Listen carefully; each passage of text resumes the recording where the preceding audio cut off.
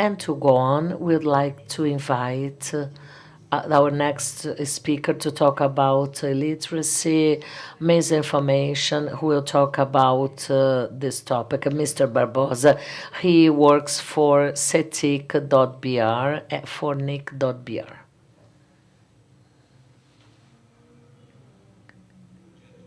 Good morning, ladies and gentlemen. It's a great honor to be here today, and let me congratulate Tiago and his team not only for this initiative, which is aiming to graduate ambassadors.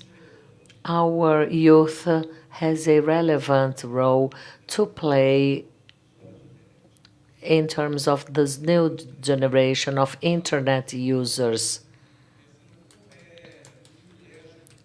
It is such a privilege to work for a organization which not only cares about internet thanks to several projects, registers, point of traffic exchange, new network solutions and services, but also areas in charge to look after education.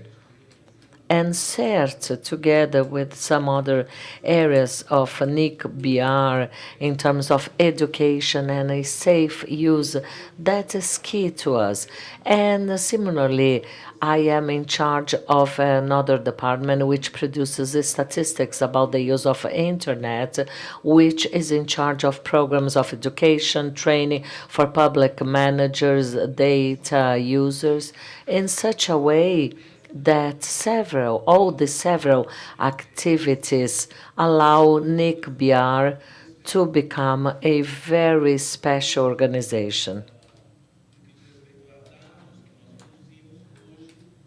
And as to data, today I will share part of the statistics from Kids ITC Online for misinformation, mediatic literacy, and additional impacts that those two components may add to childhood.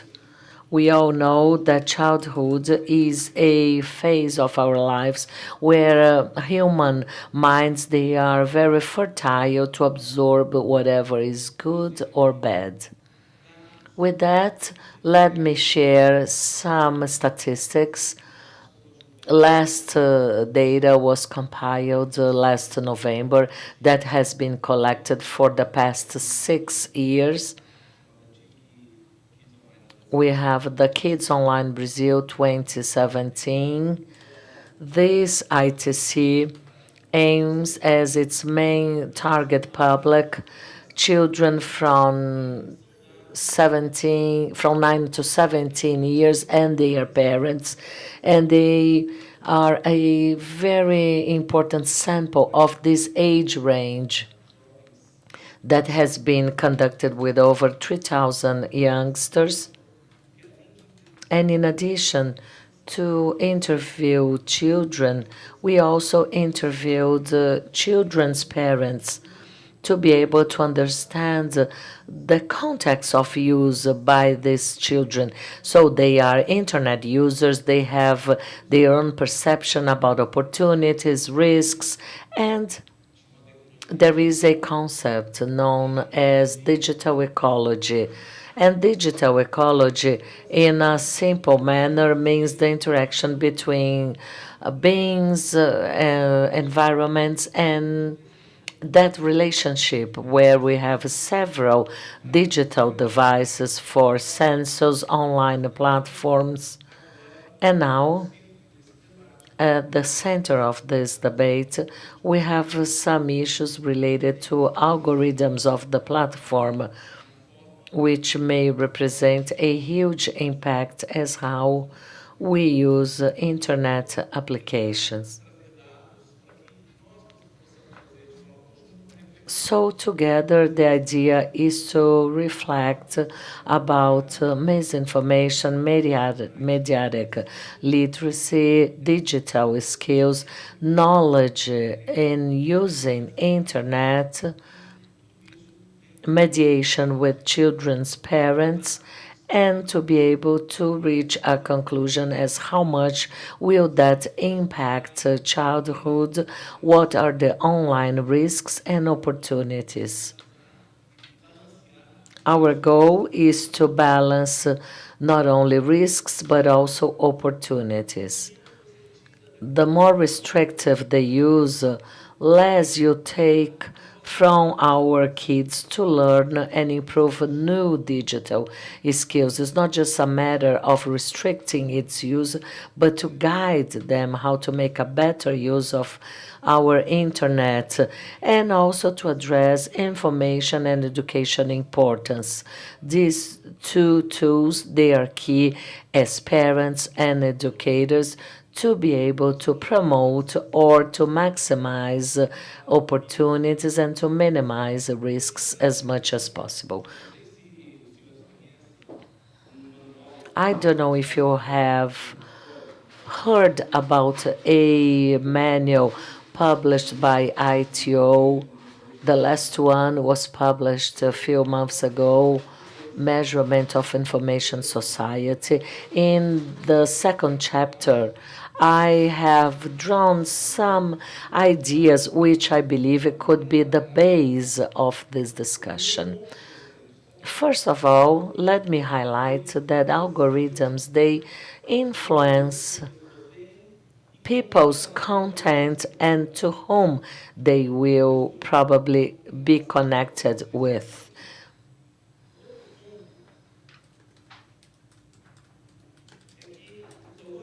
A second point is algorithms in the web which are set up to promote selective information or to reinforce behavioral trends, they can feed and foster the speeches and to raise tribes, or maybe the so-called the bubble filter.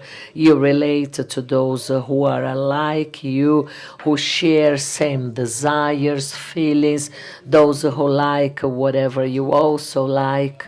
This is a aspect to be reflected upon, and just by education and information we could mitigate these issues. And last but not least important, not only children and adolescents but internet users in general, which make use of several platforms as well as its algorithms, they may not know what sort of data is being collected, how they are being used, and to whom they are being shared. Having these three topics in mind, I will highlight six indicators that were highlighted as a result of this interview. There are several of those, and they can be described by age, level of education, age, economic status, connectivity. Connectivity is a feature which characterizes that digital environment, online activities, citizenship, engagement, digital skills, risks, and parents' mediations. This is just a brief highlight about this six data information. And let me point out connectivity growth.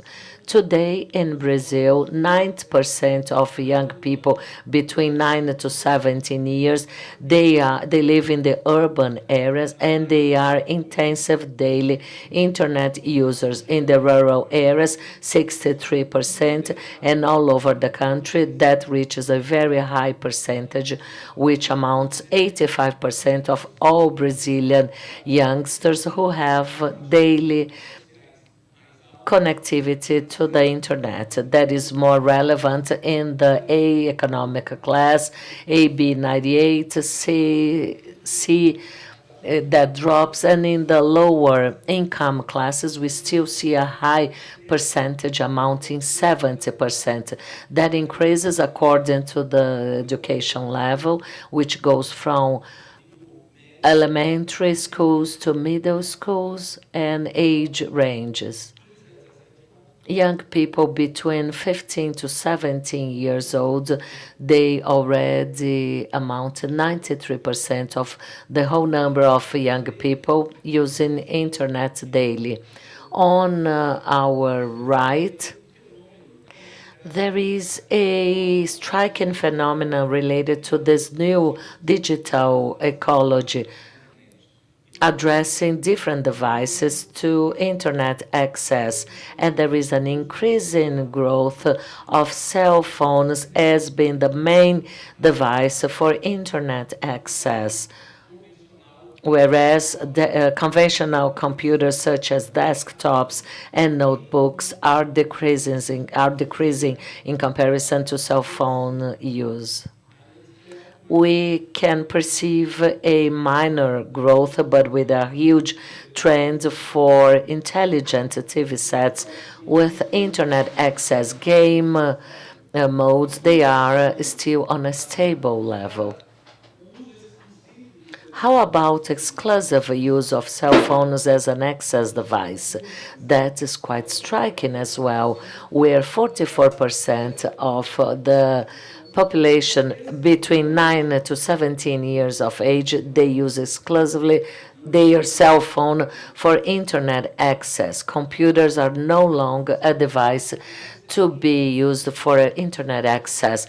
Computers, they can be excellent for communication activities, such as sending images, to post a photo, to access and read emails, but it does not allow us to do some other activities or actions that you could do easily with a computer, but not with a cell phone. Therefore, a new skills should be raised for the work environment, and this new generation will be exposed to that very early. And we have, on the other hand, those who still just use the traditional computers for communication purpose. According to the ITU, that is a worldwide trend. Access place. This is another digital connectivity information. In Brazil, though, that is not quite good to us, as it shows that schools, they still have low levels of internet use in the school setting. There is a huge use of internet at children's home, or at friends or relatives' home. And since to 2015, we measure internet access while in transit. I have selected two activities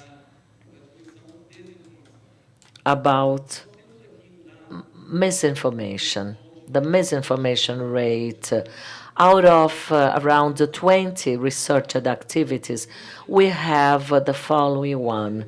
Information search for different goals, such as search for information in the web to carry out a school activity, a school homework. 76% of those students, they rely on search features to search for school information, 64 of them for any general curiosities, 71% to read or to read online news, and 26% or 22% to search for information about their own communities, what's going on in their surroundings.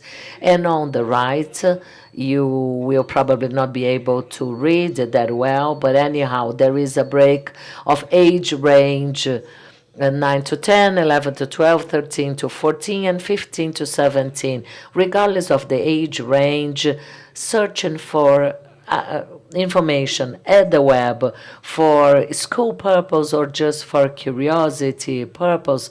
They are those which are present in a higher percentage, and the older you are, the higher that percentage gets. As to content distribution, such as sending a message, posting a picture, that became a challenge. And we have some features here to consider as educators and parents, considering that 79% of youngsters, they send instant messages throughout different apps. 73% of them, they rely on social networks. Both have several platforms with different algorithms reaching to those three points. 48% posted a photo or a video in the web. They shared in the web a text, an image, or a video, 46%, and so on and so forth. And 26% of them posted in the web the place where they were. I mean, they checked in the web, and that requires a more active mediation. As for citizenship and engagement, this is new data that we included in the latest issue of our study. And it shows that children are already paying attention to this topic of engagement and civil activities. 40% of these youngsters used the web to connect to other people from other regions, other towns, or even other countries. 36% took part of a page or internet group to talk about things they like. 12% talked about politics or problems about their city or country. In recent times, that has been quite evident for those that have children in the family. It's still a small proportion, but quite relevant. And 4% took part of a campaign or protest on web. It seems little, 4%, but remember the millions of youngsters that we have, that is significant. And on the right, you have a breakdown by age, and once again,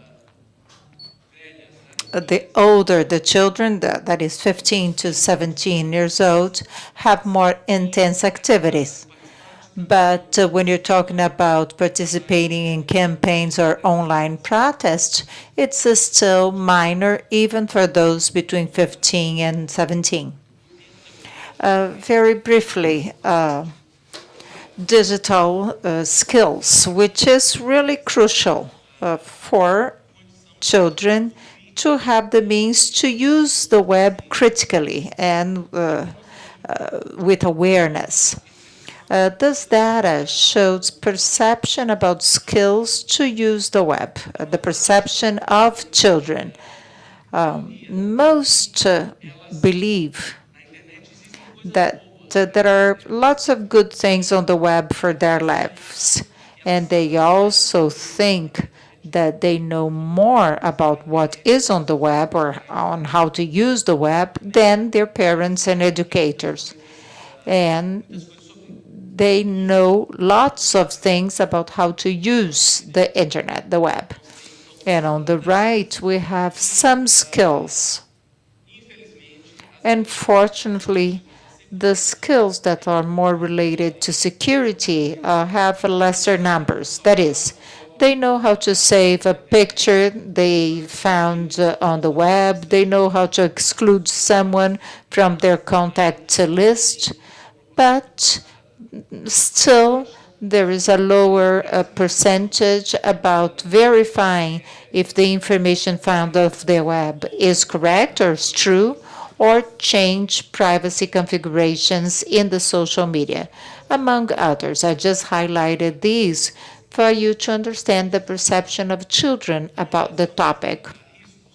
As for risks, we have several risks. The survey investigates risk of unsuitable content, for instance, risk of contact, coming across people you don't know offline and you get to know online, and behavioral risks, unsuitable actions, bullying. I unfortunately do not have time to go through all of them, but I just wanted to show you, as for risks of conduct in terms of offensive behavior, we see that 22% of these children report they have been offended online. And that can be calling you fat or ugly, but that's how they perceive it as an offense. And 15% say they have already been offensive on the web.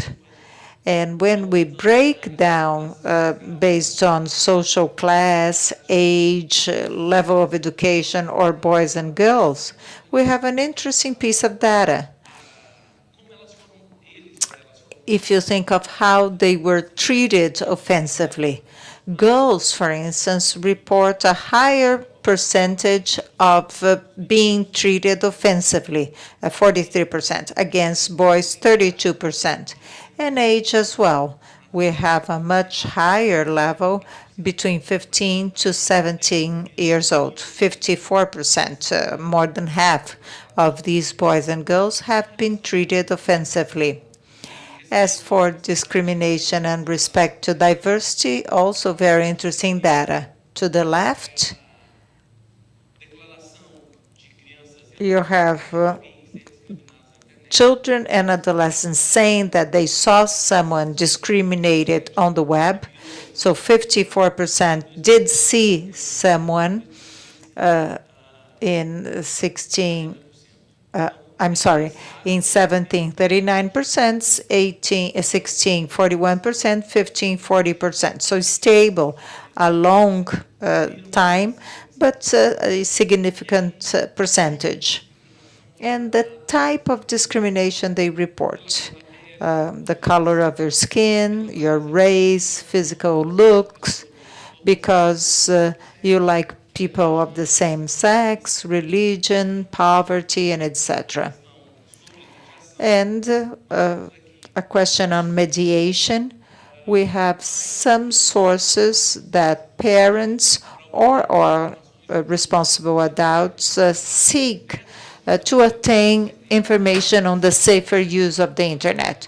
I'm not going to read it all, but you have TV, radio, family members, school, the government, which has a low percentage compared to TV. And on the right, a piece of data that I would love to talk a bit more about, which is the perception of parents on the use of a safe web by their children. Quite stable along the years, but approximately 70% of parents have the perception that their children use the web safely. And the question is it true? Or even we have in Brazil a situation in which many parents do not use the internet and they don't know how to use it safely. So the perception that they have is that everything's okay. So this is food for thought. This is just a bit of an advertising of the data that NIC.br produces. We have several studies. Kids Online is just one of the studies that we do on a regular basis. You have digital inclusion, access to broadband, electronic government, education, health, culture. So lots of data. And today, NIC.br is the largest producer of public statistics on access and use of the internet. Well, with that, I'm going to turn to the moderator, our MC, And I thank you for the opportunity. I don't know if you have questions, if we're going to take them now. Thank you.